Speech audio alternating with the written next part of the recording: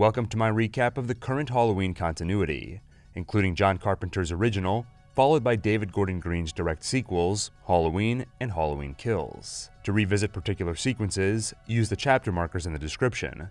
Otherwise, turn out the lights and enjoy the recap. On Halloween night, 1963, in Haddonfield, Illinois, a young boy named Michael Myers spies on his sister with a boy through a window from outside. As the two head upstairs, Michael enters the house and helps himself to the kitchen knife. As the boy leaves, 80 seconds after entering the bedroom, Michael quietly heads upstairs. He puts on a clown mask to go with his clown costume, then stabs his sister to death. Outside, he stands still, holding the bloody knife as his parents arrive. On October 30th, 1978, Dr. Samuel Loomis and his colleague head to Smith's Grove Sanitarium to pick up Michael for a court hearing. En route, Loomis refers to Michael as "it" and reveals that Myers has not spoken a word in 15 years. Loomis's hope is that he is never released. They arrive to find the gate open and patients wandering freely. As Loomis gets out to see what's going on, Michael attacks the doctor's colleague, steals the car, and drives off. The next day, high school student Laurie Strode heads to the Myers house to drop off a key. Her father, a real estate agent, hopes to sell the old home. Laurie approaches the front door to leave the key, while Michael watches from just inside. Then he steps out to watch her leave. And at school, he continues to watch. During class, Laurie spots him outside wearing a featureless white mask.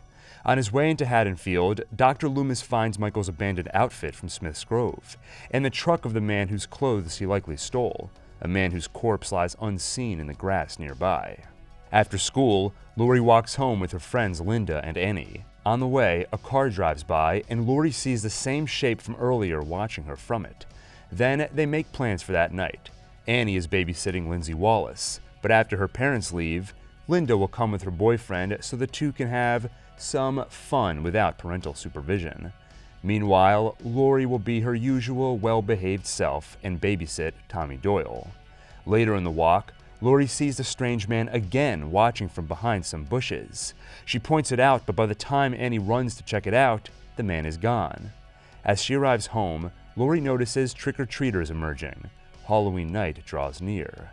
Once inside, she looks out and sees the shape again, but at second glance, it is gone. Meanwhile, Loomis arrives in Haddonfield and visits the cemetery where he asks to see Judith Myers' grave, the resting place of Michael's sister and first victim. But he finds the headstone is gone. He came home, Loomis observes. Elsewhere, Annie drives Laurie to the Doyle's house while the two share a joint, and Myers follows unnoticed behind them. They spot Annie's father, Sheriff Lee Brackett, standing outside a hardware store, so they quickly hide the joint and do their best impersonations of kids that aren't stoned. He tells them someone broke into the store and stole some Halloween masks, rope, and a couple knives. When the kids leave, Loomis arrives to warn the sheriff that Michael Myers is back. In the car, Laurie surprises Annie by asking what she'll wear at tomorrow night's dance. I didn't know you thought about things like that, Laurie. Laurie is silent, and Annie reassures her friend that she could ask someone to go with her. Laurie doesn't believe it, though she'd love to go with Ben Tramer. Annie giggles, while Myers continues to follow. And when night falls, he still keeps the girls in sight. Annie drops Laurie off at the Doyles, and she heads to the Wallaces. Michael watches from outside as she sees off Lindsay's parents. Loomis brings the sheriff to the Myers house where they find a dead dog, still warm, and Dr. Loomis tells the man about his time treating Myers.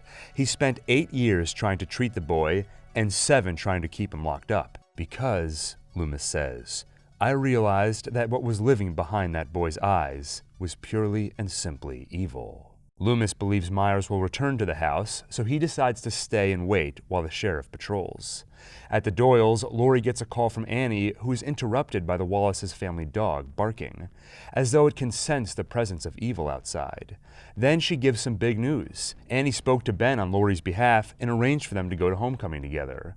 Laurie is mortified and lets Annie know it, while Tommy looks out the window and sees the boogeyman outside the Wallace's house. But when he calls for Laurie, the shape is gone. Michael watches Annie change after spilling butter on herself, but is distracted by the barking dog now outside. From the kitchen, Annie hears the dog yelp. Then, no more barking. She heads outside to the laundry room to take care of her clothes. Suddenly, the door is closed behind her and Annie is locked inside. Just a few feet away, Michael watches from the dark. She tries crawling out the back window, but her foot gets stuck and she stays there until Lindsay comes out to help. Back inside, she talks to her boyfriend Paul, who asks her to drive over and pick him up. So she drops Lindsay off at the Doyles until she's back, then leaves Laurie to watch the two children. Back at the Wallaces, Annie gets in her car and is strangled by Michael Myers hiding in the back seat. She screams while he only grunts like an animal. Then her eyes go wide and the shouting stops after Michael slits her throat. At the Myers house, a boy named Lonnie approaches the entrance on a dare from his friends. But Loomis scares them off just before the sheriff checks in on him. So far, it's been a quiet night, and the sheriff is skeptical of the doctor's warnings. After Loomis assures him that death has indeed returned to Haddonfield, the sheriff relents. And if you are right, damn you for letting him go. Meanwhile, Linda and Bob arrive at the Wallaces to borrow a bedroom. They notice Annie isn't there, but rather than investigate, hormones win out. While they make out on the couch, Michael watches from the other room. Everybody's having a good time tonight, Laurie says enviously, staring out at Bob's van. Then she gets a call from Linda and is surprised to hear Annie isn't back with Paul yet. At the Wallaces, Myers' shadow passes unnoticed over the two lovers in bed. Afterward, she smokes a cigarette while Bob heads downstairs for a beer. He notices an open door and moves to investigate before Michael appears and strangles him. He struggles against the shape's impossible strength, but is soon pinned to the wall by Michael's knife and struggles no further. Upstairs, Linda waits in bed while a figure approaches, cloaked in a white cloth with Bob's glasses over two eye holes. She laughs and asks for her beer, but the figure remains silent. Assuming it's an immature prank from Bob, she ignores it and calls Laurie. The figure approaches, and through the phone, Laurie listens to Linda's final gasps as Myers strangles her with the phone cord, then hears the killer's heavy breathing. Unsure if the call is a joke or serious, she checks to make sure the kids are okay, then heads across the street to the Wallace's house. At the Myers house, Loomis spots his car down the road, the one Michael stole from him. He heads toward it. At the Wallaces, Laurie knocks on the door but gets no answer, then walks around back and finds the open door. So she heads inside and creeps into the dark living room when she hears a thud upstairs. She asks her friends to stop messing around. All right, you meatheads, joke's over. She slowly walks upstairs and sees light shining from behind a bedroom door. She opens it. The room is illuminated by the eerie glow of a jack-o'-lantern, and on the bed lies Annie's body in front of Judith Myers' headstone. Laurie sobs quietly until Bob's corpse swings from above her, and she screams. Then a closet swings open to display Linda's body, and Laurie runs. In the hallway, the shape creeps out from the shadows and slashes Laurie's arm. She falls down the stairs, and Michael follows. She tries the front door, but it won't budge. So she runs to the kitchen, closes the door behind her, and tries the back door, but finds it's blocked by a rake. Michael punches through the kitchen door, and Laurie does the same to the glass on the back door. She stumbles outside and calls for help as the shape slowly follows from the house. Having forgotten her keys, Laurie bangs on the Doyle's front door and throws a potted plant at the window to wake Tommy. Myers approaches, but Laurie gets inside just in time. She tells Tommy to get in the bedroom with Lindsay and lock the door.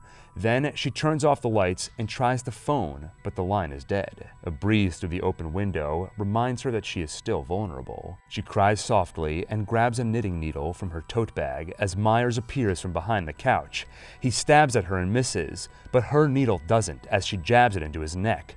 Myers grabs it silently and pulls it out before falling to the ground. Laurie grabs his knife and stares at the apparent dead man, then tosses the knife away. Outside, the sheriff finds Loomis wandering.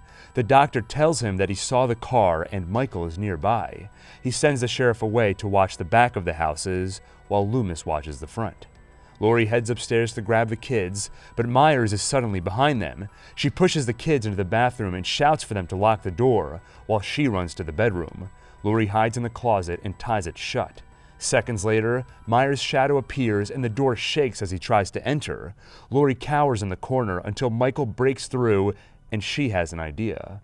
As he struggles, she grabs a wire hanger, unwinds it, and stabs him in the eye. He drops the knife and she grabs it to stab him in the chest. Michael falls to the ground again. Laurie returns to Tommy and Lindsay, but first tosses the knife under the carpet next to Michael. She tells the kids to go to the Mackenzies' house and have them call the police. They leave, and behind Laurie, the shape rises again and turns toward her. The screaming children catch Loomis's attention, while inside, Michael quietly stands up and stalks toward Laurie. He strangles her, but in the struggle, she rips his mask off, which gives him pause, just as Loomis arrives to see the face of evil once again. He shoots his old patient, and then again 5 more times, until Michael falls through the window. Peeking out the window at the ground where Michael landed, Loomis sees that he is gone, and evil lives on. Laurie sobs, and somewhere, in the darkness, Michael breathes behind his mask. 40 years later, podcasters Dana and Aaron visit Smith's Grove to see Michael before he's transferred to a stricter facility. Dr. Sartain introduces himself. He was a student of Dr. Loomis's before he died and has been obsessed with Myers ever since. Outside, Aaron maintains a safe distance and introduces himself to Michael. He tries getting the monster to speak, but it remains silent. Then, Aaron presents a gift. I borrowed something from a friend at the Attorney General's office, Michael. Aaron holds out the pale mask and begs him to speak, but Michael remains still and silent. Having failed to provoke a response, the podcasters leave and decide to see his counterpart instead, Laurie Strode. They find her property fortified by fences and warning signs. Through a call box, they ask to speak with her, and she ignores them, until they offer $3,000. Inside, they speak with Laurie, hoping to understand Michael better, but she assures them there's nothing to learn. Tomorrow, he'll be transferred and locked away for the remainder of his days, just as he should be. Then they ask about her life story, about her 2 failed marriages, about how the state saw her as an unfit mother and took her daughter away.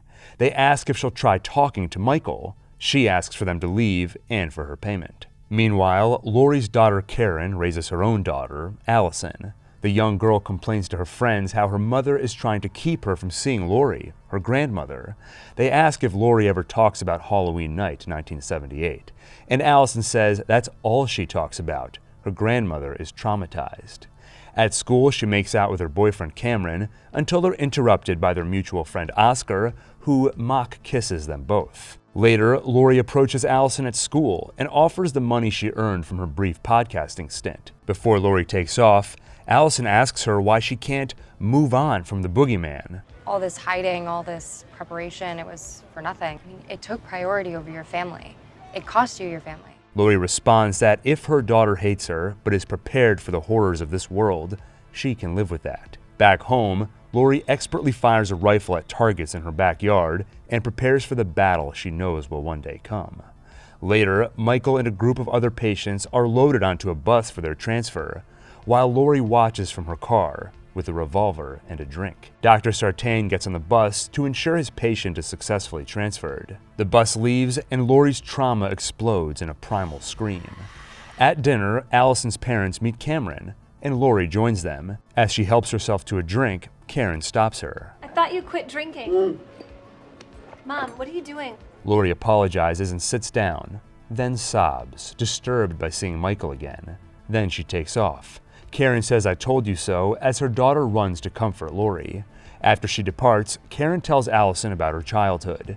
She learned to shoot and fight at age 8. Social services took her away at 12, and she spent the rest of her life trying to get over the paranoia Laurie instilled in her. On a dark street, a father and son stop their car at the sight of a broken-down bus and wandering patients of Smith's Grove.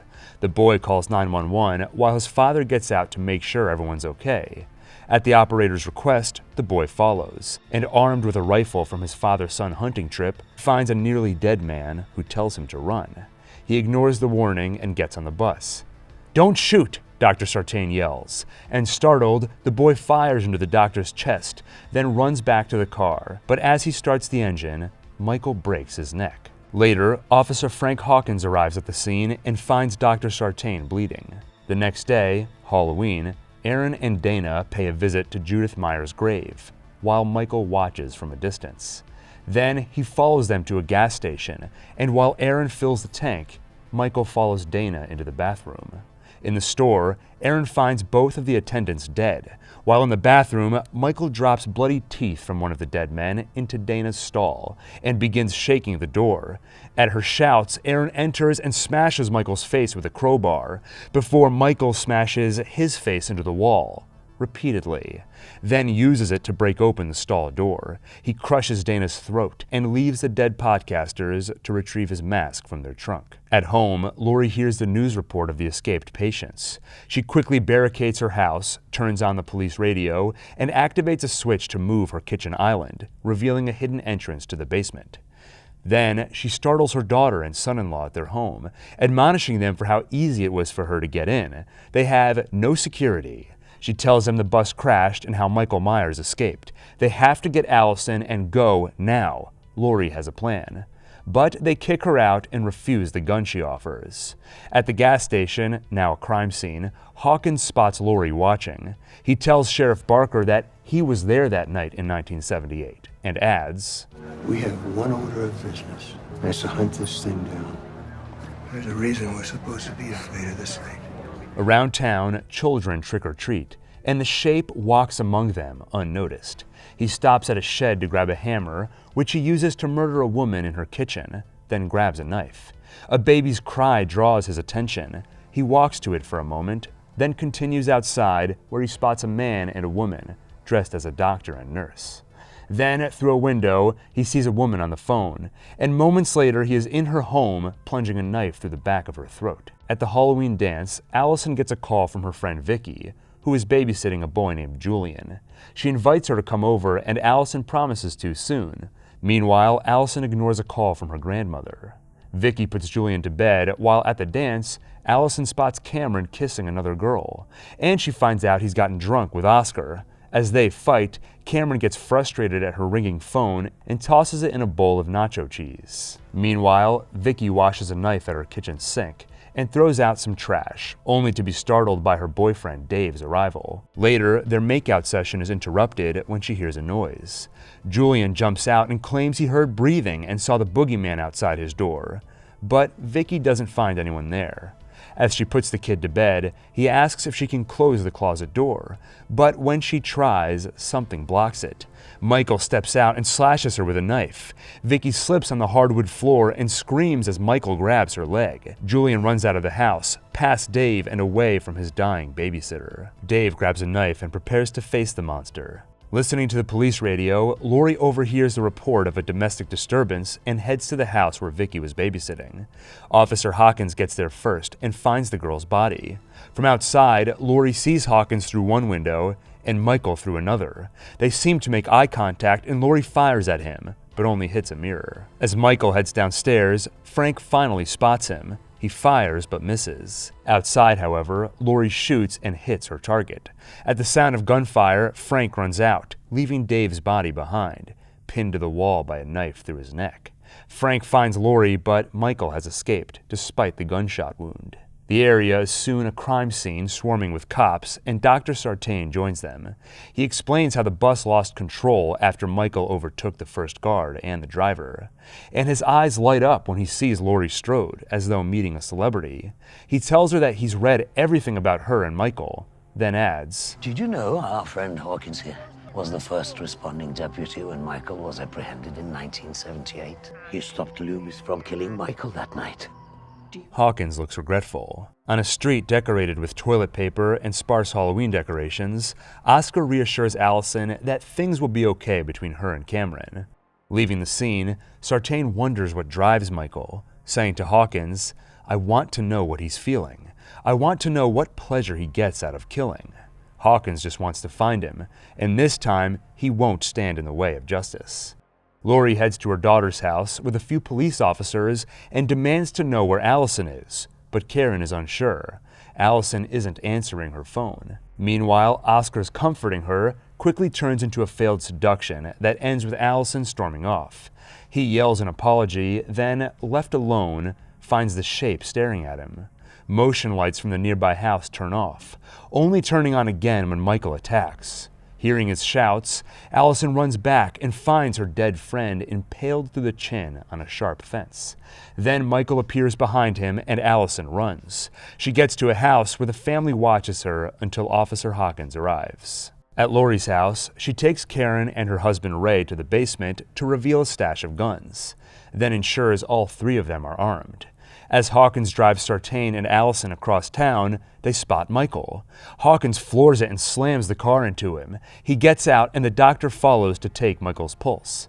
"You killed him. He's dead," Sartain says. But Hawkins doesn't care. He still wants to blow his brains out. He demands the doctor get out of his way, but instead, Sartain stabs Hawkins in the neck and protects his patient. "So, this is what it feels like," Sartain says, and places his hand over Michael's mask. Trapped in the back of the police car, Allison sees Sartain rise, wearing the mask. "Make room for my patient," he says, opening the door and shoving Michael in next to Allison. Then he tosses the mask to them before taking the driver's seat. He tells Allison that he hopes to reunite the killer with Laurie and to understand the mind of evil, and he wishes to hear Michael speak. So Allison lies to him, saying Michael spoke to her. But she'll only share what he said if Sartain lets her go. He brings the car to a stop, and two nearby officers spot Hawkins' stopped car. Suddenly, Michael wakes and kicks an excited Sartain through the barrier between them, then drags the unconscious doctor out of the car as Allison runs into the woods. Michael watches the doctor beg him to speak, then crushes the man's skull under his boot, while the nearby cops roll up to investigate the stopped vehicle. That same car later arrives at Laurie's house, and Ray steps outside to greet the police. But inside, finds one cop with a blade in his head, and the other turned into a human jack-o'-lantern with a flashlight shoved into his skull. Ray is strangled by Michael before he can react, save for a single gunshot that gets Laurie and Karen's attention. Through the front door, Laurie spots Michael and demands Karen head downstairs. She leaves her mother just before Michael's hands crash through the window and grab Laurie's head. He smashes it against the door over and over, but in the struggle, Laurie fires her shotgun into Michael's hand, taking off two of his fingers and freeing herself. She joins Karen in the basement and turns on her outdoor floodlights. They hear Michael's footsteps above them, and Laurie fires up through the floor at him. "I have to finish this," she tells her daughter. They both say "I love you," then Laurie heads upstairs. She checks each room, and as she moves from one to the other, drops metal barriers behind her, ensuring Michael can't sneak up from behind. On the second floor, she finds drops of blood leading to a closet, and inside it, Ray's body. She continues her search until Michael finally reveals himself, and with the element of surprise, presses the shotgun against Laurie's neck. Then stabs her in the abdomen, and after she bites him, tosses her out the window. Allison reaches the house and calls out for her grandmother, which distracts Michael for a moment, and when he looks back at the ground where she landed, Laurie is gone. At the sound of her daughter's voice, Karen heads upstairs and brings her to the basement. Above them, Michael grabs the kitchen island and tries to lift it. Below him, Karen finds the gun she trained with as a child and arms herself with it. She points it at the basement entrance, and Michael lifts the island out of the way, then waits out of sight. Karen cries out for her mother to help. I can't do it! I'm sorry, I can't do it! Then Michael appears. "Gotcha," Karen says, then fires and hits him in the jaw. "Happy Halloween, Michael," Laurie says before going to stab him, but he stands back up and they struggle again. In the struggle, Laurie knocks him into the basement. For the moment he's dazed, Allison and Karen run to join her until Michael grabs Karen's leg. But Allison grabs a knife and stabs the monster's arm, then slashes his hand, and they're finally free. Karen pushes a lever to release metal bars that trap Michael in the basement. Then Laurie turns a set of valves to fill the room with gas, and finally tosses a flare to incinerate the room with Michael in it. Outside, a truck stops to help them, and they leave as the house burns behind them. After the Halloween dance, Cameron stumbles home, but on the way, finds Hawkins bleeding on the road and calls for help. 40 years earlier, Hawkins and his partner pursue Myers after his escape from Loomis. The other officer mentions how he knew Michael as a kid and remembered always seeing him stare out his sister's window. He wonders what he was looking at. Meanwhile, Lonnie, the boy who tried sneaking into the Myers house, has a run-in with Michael, But the shape disappears when Hawkins and his partner find the boy. Later, while searching at the Myers house, Hawkins' partner stares out Michael's sister's bedroom window to try and see what he saw. Then, the shape appears and begins to strangle the man. Hawkins gets to the room and fires, but hits his partner in the throat. He runs to the stairway to fire at Michael again, but the monster escapes. Outside, Michael stands still as the police approach, just as he did in 1963. On Halloween night 2018, a couple dressed as a doctor and nurse enjoy a talent show at a bar. Unaware they narrowly avoided a run-in with Michael Myers only hours earlier. They quickly learn they're in the presence of a small reunion. 4 survivors of Michael's hunt in 1978 gather here every year. A now grown Lonnie takes the stage and invites Tommy Doyle up, the boy Laurie babysat 40 years ago. Tommy tells the story of the Haddonfield boogeyman, Michael Myers, a killer with a power beyond any mere man. He asks them to commemorate the victims and the survivors, including 2 others with them tonight, Lindsay Wallace, the girl Annie babysat, and Marion Chambers, Dr. Loomis's colleague. Tommy warns that the boogeyman will return, but this time they'll be ready for him. On a truck across town, Laurie bleeds and screams for fire trucks to stay away from her house. "Let him burn," she shouts. At the house, firemen find Michael alive, and all 11 of them are brutally murdered. Laurie is brought to the hospital where she's recognized by Lee Brackett, Annie's father and ex-sheriff, now a security guard. Karen cleans blood from her hands and at the sight of her ring, thinks of her husband Ray, killed by Michael earlier in the evening. The doctors perform surgery on Laurie, and Karen tells Allison that her grandmother's going to be okay. Meanwhile, Michael pays Laurie's neighbors a visit. He smashes a man's head against the wall and presses his neck down into shards of glass from the window he broke. The dying man yells for his wife to run, and she tries, but Michael arms himself with a light stick from above the kitchen stove, smashes it, and jams the jagged glass through her neck, then twists it. Barely alive, she watches her husband call out to her until Michael quiets him and methodically stabs each of their kitchen knives into him. At the bar, Lonnie gets a call from his son Cameron, who shakily asks for a ride from the crime scene where he found Hawkins. Meanwhile, the bar's owner shows off a picture of his grandfather who founded the bar and his grandfather's baseball bat, Old Huckleberry, which he intends to use if Myers ever comes back. Sheriff Barker arrives at Laurie's house, where, over the bodies of the fallen firemen, another officer announces the fugitive Michael Myers is on the loose. "Go get him," he says into the speaker. Lonnie leaves the bar to find his son, while Tommy and the others stay behind. A news report comes on about the evening's murders, announcing the escape of 2 patients from Smith's Grove, including Myers. They also interview Julian, who is babysat by one of the victims, Vicky. The costumed nurse and doctor leave the bar, but he forgets his stethoscope, again, and goes back for it. She heads to the car alone and finds someone waiting in the back seat. She runs back to the bar, shouting that Myers is in the back of her car. Tommy grabs Old Huckleberry and heads toward the car, while a crowd of bystanders from the bar waits behind him. He pummels the car's windshield as it drives off, then crashes.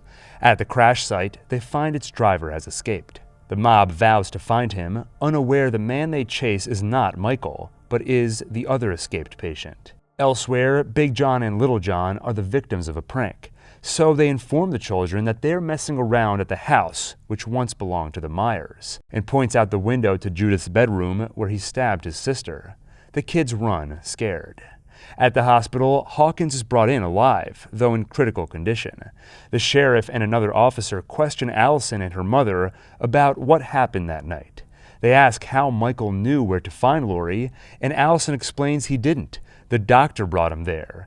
It was Dr. Sartain's obsession, not Michael's. "But we got him," Karen says of Michael. Shot him in the face.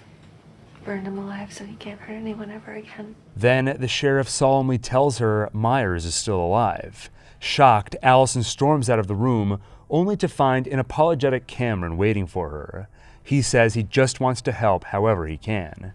If she wants to come, he and his dad are teaming up with Tommy Doyle to go after Michael. She hugs him as Karen approaches and tells her to get in the room with Laurie and wait for more police to arrive. She insists on going with Cameron to fight, but Karen will not allow it. Back in the hospital room, Allison produces her knife, still covered in Michael's blood, then wraps it in a towel and leaves it with Laurie for whenever she needs it. Then she sneaks out to find Tommy, Lonnie, and Cameron arming themselves to prepare for the hunt. She joins them. The group drives around town, asking people to go inside for safety and recruiting others to join the fight. Lindsay and Marion drive with the costumed doctor and nurse to search for Michael. They find children at a playground alone in the middle of the night. Lindsay gets out to investigate, and the two kids run when they spot Michael, holding their friend's mask drenched in blood. Michael gets to the car, and Marion is the first to die, killed by repeated stab wounds to the chest. Then, the man dressed as a doctor is dispatched by a knife plunged into his left eye. And finally, the woman dressed as a nurse is killed by a self-inflicted gunshot wound to the head, after Michael kicks the door into her hand, turning it toward her just as she pulls the trigger. Lindsay fills a bag with cinder blocks and pummels Michael with it. He strangles her until she nearly removes his mask, and he tosses her away to fix it, giving her a chance to run while he slowly follows. She hides behind a tree, and Michael seems to move on.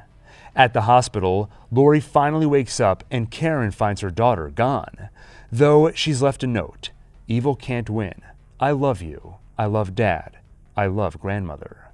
Karen doesn't tell Laurie where Allison has gone, or that Michael is still alive. Then Frank Hawkins is brought into the same room to recover next to her. Lonnie drives Cameron and Allison until they spot Tommy's car. He stopped after finding Lindsay's car abandoned and bloody. The four split up to search for Michael. First, they find the nurse and doctor's bodies, grotesquely displayed on the playground with Halloween masks. Then, Marion's body. "I'm gonna get you. Come and get it, man," Tommy says to himself. Then, they find Lindsay alive. At the hospital, Laurie tells a seemingly unconscious Frank that she always liked him. Then he reveals he's awake. They reminisce about a night they kissed, and she held his hand. He wanted to do more, but knew that she had a crush on Ben Tramer. Then she tells him they killed Michael, and Frank is happy to hear it. At the park, Lindsay recalls how they used to dare each other to sneak into the Myers house, and Lonnie was the only one brave enough to do it, though he admits he lied and never actually made it inside. Then Tommy brings her to the hospital, which has turned into chaos as the victims' families come looking for answers. He finds Karen, who tells him that Michael will come here looking for Laurie. Tommy quickly rallies the mob, warning them the boogeyman will emerge, and when he does, they'll destroy him. Then he adds, "Evil dies tonight," and others repeat the chant. The sheriff tries taking control, but the mob ignores him. Tommy finds Laurie and tells her about the latest victims, and that Michael is still at large. He promises that, since she protected him 40 years ago, he is going to return the favor tonight. She tells Tommy to find Michael, then tells Karen to let Michael come for her. Maybe the only way he can die is for him to take Laurie with him, but Karen refuses and promises to protect her mother. At the Myers house, Big John and Little John find the back door open next to a bloody handprint. Someone is in their house. They each grab a knife and head upstairs to confront the intruder. Big John dies first, thanks to a stab wound and thumbs plunged into his eyes. Little John finds his partner's body in Judith's old bedroom, where Michael stares out the window. Then Little John dies too. At the hospital, the escaped patient arrives seeking help, but is quickly mistaken for Myers. Tommy rallies the troops and the mob goes after him. "Evil dies tonight," they chant. Laurie sees it's not Michael, so she and Karen try telling the mob they're mistaken, but Laurie is knocked over by the stampede, reopening the wound on her abdomen. In the chaos, Oscar's mother looks for her son, and her worst fears are realized when she finds his mutilated body.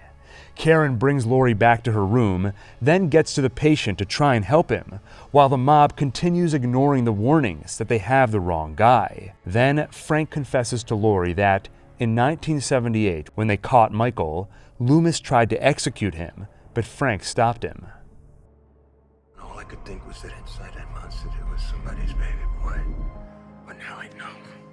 They're nothing inside that man but pure evil. Upstairs, despite Karen's attempts to help, the patient is cornered like an animal and jumps out a window to his gruesome death. The mob realizes their error, and Brackett observes, now he's turning us into monsters. In the hospital room, Laurie insists that Michael is coming after her, but Frank corrects her. It was the doctor that brought him to Laurie. It's not something Michael did on his own. He's a 6-year-old boy with the strength of a man in the mind of an animal, Frank says. He also observes that maybe when Michael stared out his sister's window, he wasn't looking out, but at himself, his reflection. He adds that he doesn't know why Michael kills, but it always seemed like he wanted one thing. And as though completing the thought, Lonnie shows Cameron and Allison a map of the victims, proving Michael is slowly making his way back home. So they head to the Myers house, as do Tommy and Karen. At the house, Lonnie insists on going in alone to protect Allison and his son. Moments after he enters the house, Cameron and Allison hear a gunshot from inside and quickly head in themselves. Inside, they find its residents dead, and Allison helps herself to a knife from Little John's torso while Cameron checks another room. Blood drips on his hand, and he looks up to see his father stuffed into the scuttle attic. Then, Michael appears from the closet in front of him. Michael stabs Cameron 3 times and shoves Allison's gun away when she tries to help. So she stabs him back 3 times in the stomach. He throws her down the stairs, twisting her leg painfully. Then Michael treats Cameron to his patented neck trauma, slamming it against the floor and the guardrail above the stairs. And what little life remains is snuffed out when Michael twists Cameron's head, before walking downstairs toward Allison. He nearly stabs the girl, but Karen gets him in the back with a pitchfork, pushing him to the ground before slamming her foot down on his head. Then she removes the mask and walks outside, baiting him to follow and come get it. She runs and Michael follows, until Karen leads him to the trap where Tommy and the mob wait for their prey. They ready their guns, sticks, and blades, while Michael puts on the mask Karen left for him on the ground. Then the mob attacks. Michael is beaten mercilessly, shot 5 times, and beaten some more as each of the neighbors take their revenge. When Michael stops moving, Tommy tells Karen to go be with her daughter. They'll take care of the rest. Before leaving, Karen plunges a knife into Michael's back. At the hospital, Laurie tells Frank about Michael, saying, "A mortal man could not have survived what he's lived through. The more he kills, the more he transcends into something else, impossible to defeat. Fear. People are afraid. That is the true curse of Michael." Karen hugs her daughter, and Laurie continues, "You can't defeat it with brute force." Frank adds, "If only we knew then what we know now." Michael removes the knife from his back and slices Brackett's throat. He gets back up as though impervious to the wounds, then slaughters the mob around him. And finally, Michael grabs old Huckleberry from Tommy and kills him with it. "It is the essence of evil," Laurie says, "the anchor that divides us. It is the terror that grows stronger when we try to hide." At the Myers house, Karen looks up at the window and at the ghostly image of Michael as a boy staring out of it. Then she heads upstairs to see the view for herself, unaware she isn't the only one taking in the view. Michael stabs Karen again and again until she falls. Just as he did when he was a child, Michael stares out the window. And at the hospital, Laurie stares too, as though staring back at him. Thank you for joining me on this visit to Haddonfield. And if you enjoyed the recap, please like, subscribe, and hit the bell icon for more. With that, thank you for watching, see you on the next One Take, and Happy Halloween!